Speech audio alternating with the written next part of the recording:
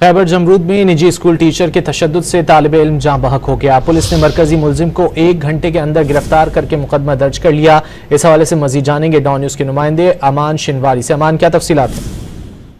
जी बिल्कुल, जिले खैबर के तहसील जमरूद में एक निजी स्कूल में ये वाक़या रुनुमा हुआ जब एक उस्ताद ने असेंबली के दौरान अपने तलबा को समझा रहे थे कि अचानक उनकी स्टिक से गलती से एक तलबा सर पे लग गया और तालिब इल्म इतिहाद नामी जो बच्चा था वो जख्मी हो गए और उनको अस्पताल शिफ्ट किया गया। अस्पताल से फिर हैदराबाद मेडिकल कॉम्प्लेक्स मुंतकिल किया गया जहां उनका डेथ हुआ। और उनके हवाले से जब डीपीओ खैबर से बात हुई तो उन्होंने कहा कि इस हवाले से हमने कानूनी कार्रवाई की और मुलजिम को हिरासत में लिया है। बहुत शुक्रिया अमान अली शिनवारी इन तफसीलात के लिए।